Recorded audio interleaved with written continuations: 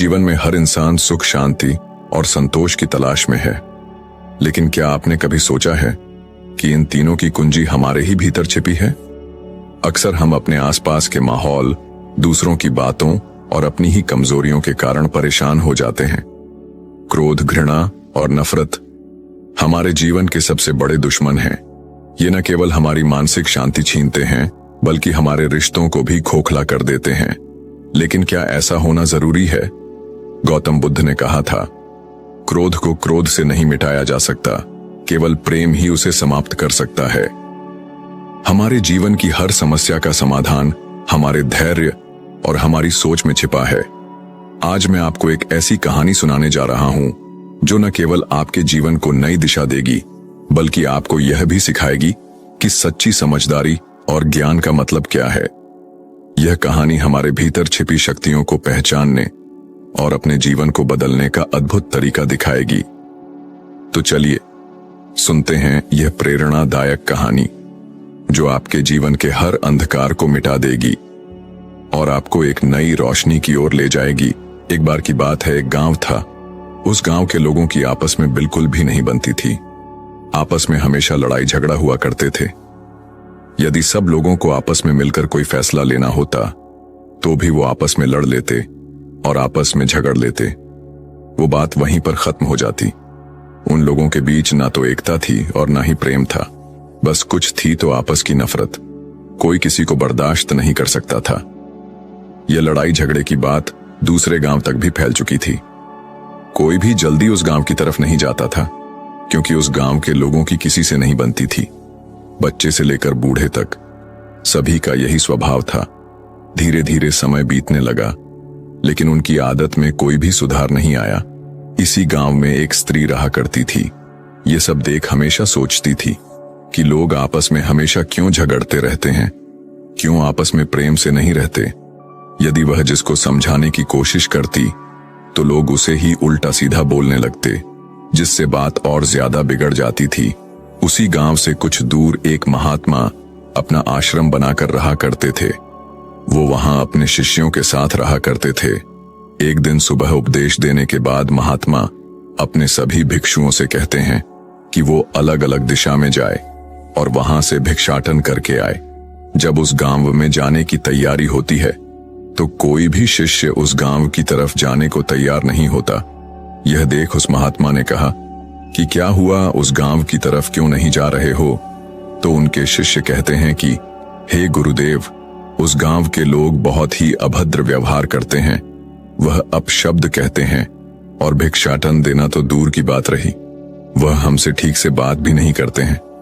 जब उस गांव के लोगों में एक दूसरे के प्रति कोई भावना नहीं है तो वह हमारे प्रति क्या भावना रखेंगे?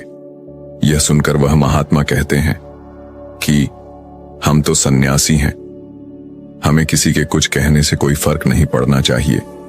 महात्मा कुछ सोचकर फैसला करते हैं कि आज वो स्वयं उस गांव में भिक्षाटन के लिए जाएंगे और यह फैसला करके वो अपने शिष्यों को दूसरे गांव की तरफ भेज देते हैं और महात्मा खुद उस गांव की तरफ निकल जाते हैं। उस गांव में पहुंचकर वह भिक्षाटन करने लगते हैं, लेकिन वहां से उन्हें कोई भिक्षा नहीं मिलती। थोड़ा आगे बढ़ने के बाद वो उस स्त्री के पास पहुंच जाते हैं जो थोड़ी दयालु प्रवृत्ति की थी और वो उससे भिक्षा मांगने लगते हैं। महात्मा को देखकर वो भिक्षा दे देती है और फिर वह भिक्षाटन करके लौट जाते हैं। अब महात्मा हर दिन उस गांव में भिक्षा लेने के लिए जाने लगते हैं। हर दिन वो वही सब माहौल देखा करते थे, वही लड़ाई झगड़े, वही अपशब्द, वही गाली गलौज। एक दिन वो सुबह सुबह अपने आश्रम में सभी शिष्यों को लेकर भिक्षाटन के लिए गांव की ओर जा रहे होते हैं। तब उनका एक शिष्य उनसे पूछता है कि हे गुरुदेव, वहां के लोग आपको अपशब्द नहीं कहते, आपसे लड़ाई झगड़ा नहीं करते? तो महात्मा कहते हैं कि मैं तो एक सन्यासी हूं, मुझे रोज भी स्थान के लिए अलग अलग जगह जाना होता है, इसीलिए मुझे किसी के अपशब्द से कोई फर्क ही नहीं पड़ता है।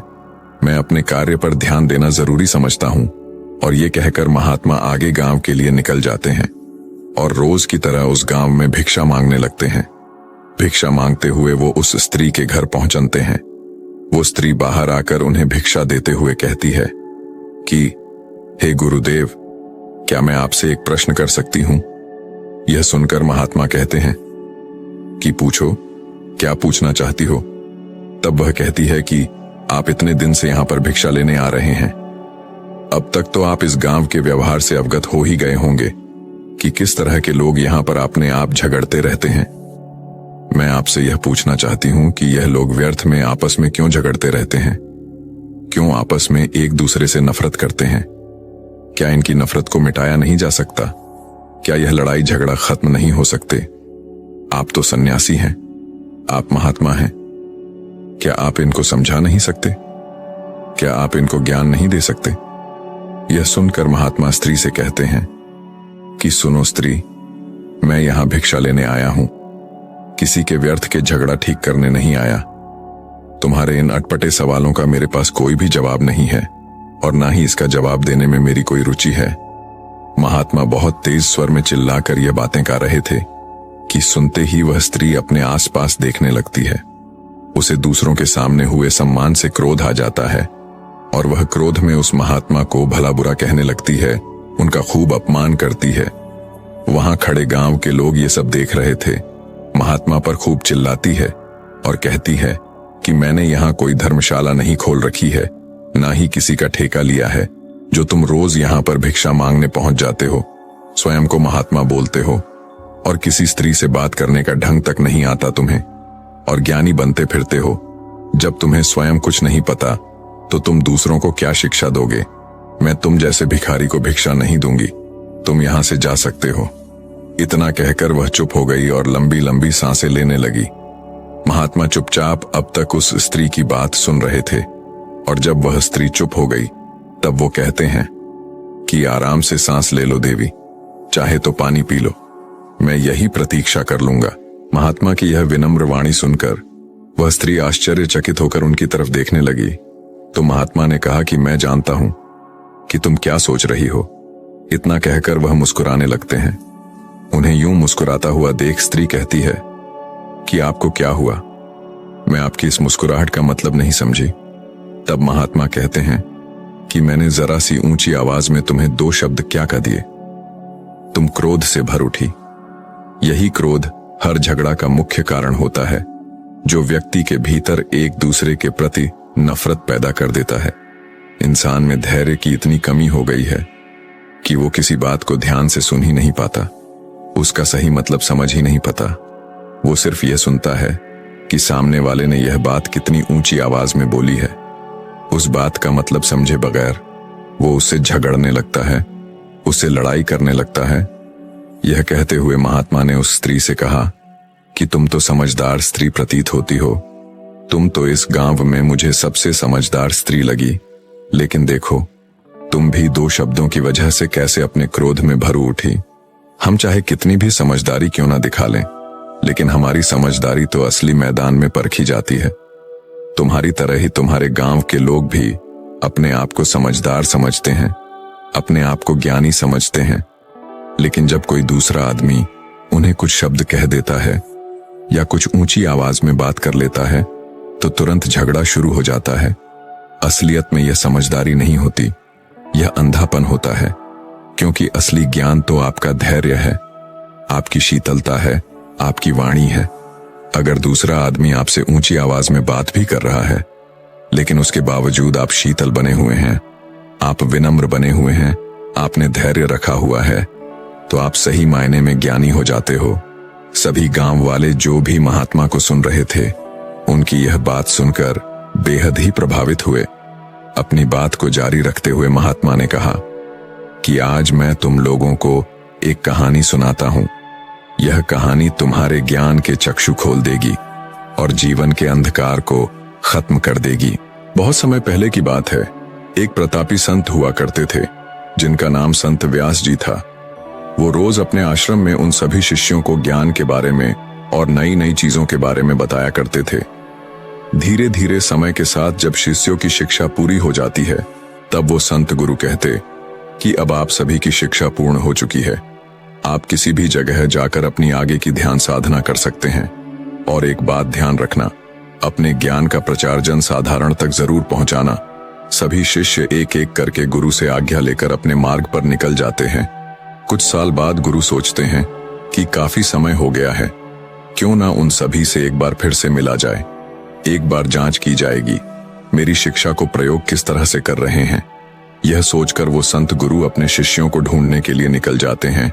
एक एक करके वो अपने सभी शिष्यों से मिलते हैं और ये देख भी लेते हैं कि सभी सही मार्ग पर चल रहे हैं, अपने ज्ञान का सही प्रचार कर रहे हैं। वह बेहद खुश होते हैं और अपने सभी शिष्यों से मिलकर बेहद संतुष्टि का अनुभव करते हैं।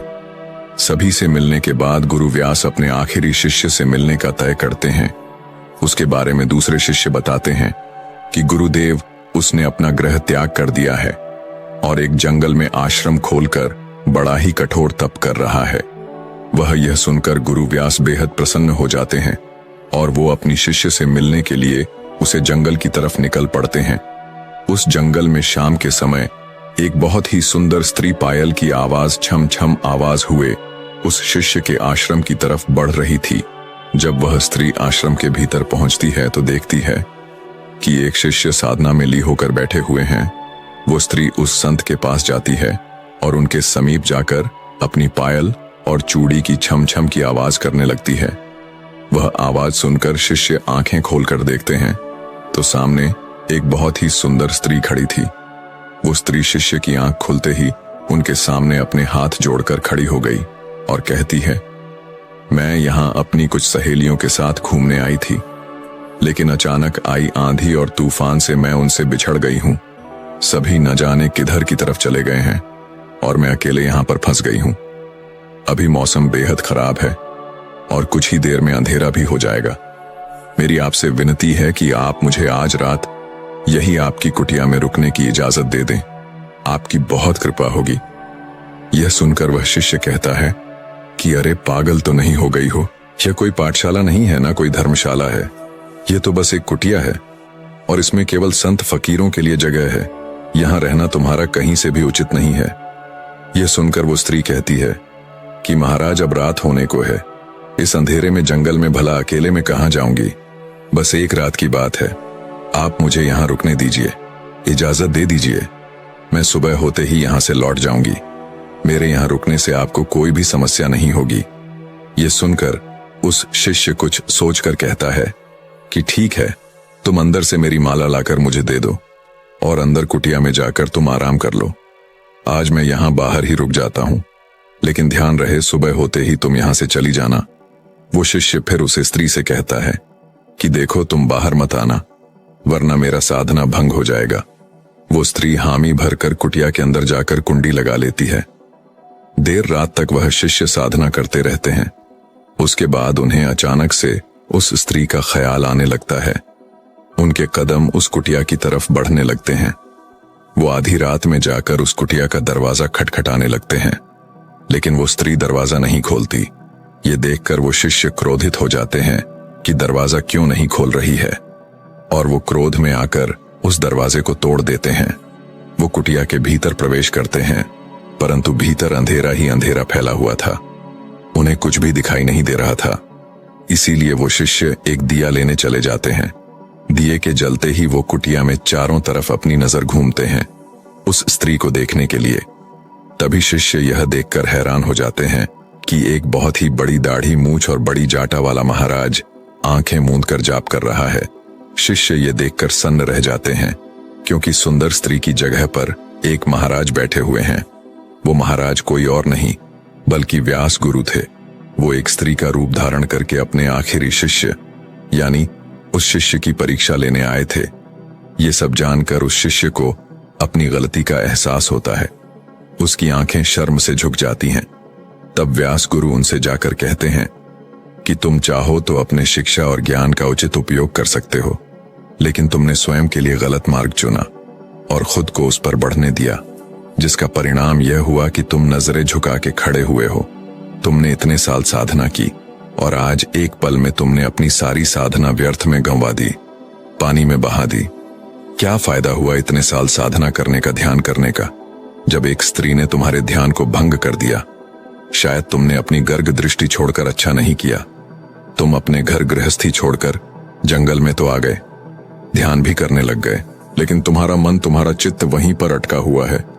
इसीलिए जरूरी यह है कि तुम वापस जाकर अपने घर गृहस्थी संभालो, और जब तुम्हारा मन परिपूर्ण हो जाए, संसार से भर जाए, तब तुम किसी जंगल में जाकर ध्यान साधना करना।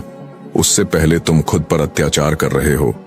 याद रखना, भावनाएं दब सकती हैं, मीट नहीं सकती। मीट तभी सकती है जब अपने भावनाओं को पूरी तरह से भोग लिया हो, जब आपका मन उन भावनाओं से तृप्त हो गया हो, जब वह भावनाएं आपका पीछा छोड़ सकती हैं।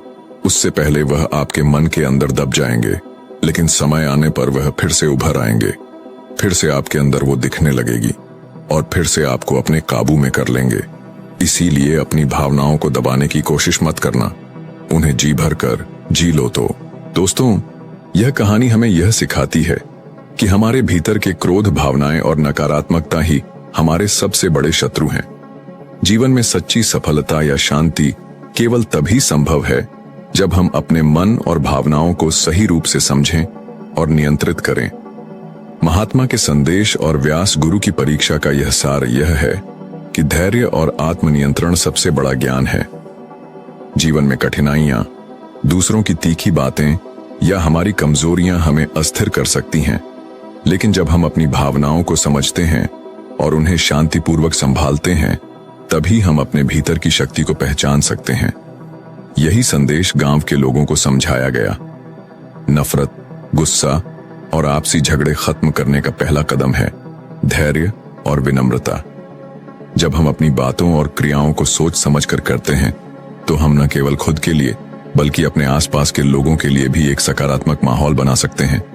इसलिए अगर आप भी किसी स्थिति से परेशान हैं, तो याद रखें, धैर्य रखें, शांत रहें और हर परिस्थिति को सही दृष्टिकोण से देखें। यही सच्चा ज्ञान और सच्ची सफलता है। दोस्तों, इस कहानी से आपने क्या समझा? अपने विचारों को, अपने भावनाओं को एक कमेंट के माध्यम से जरूर बताएं। क्या पता आपके एक कमेंट से किसी का जीवन बदल जाए। धन्यवाद।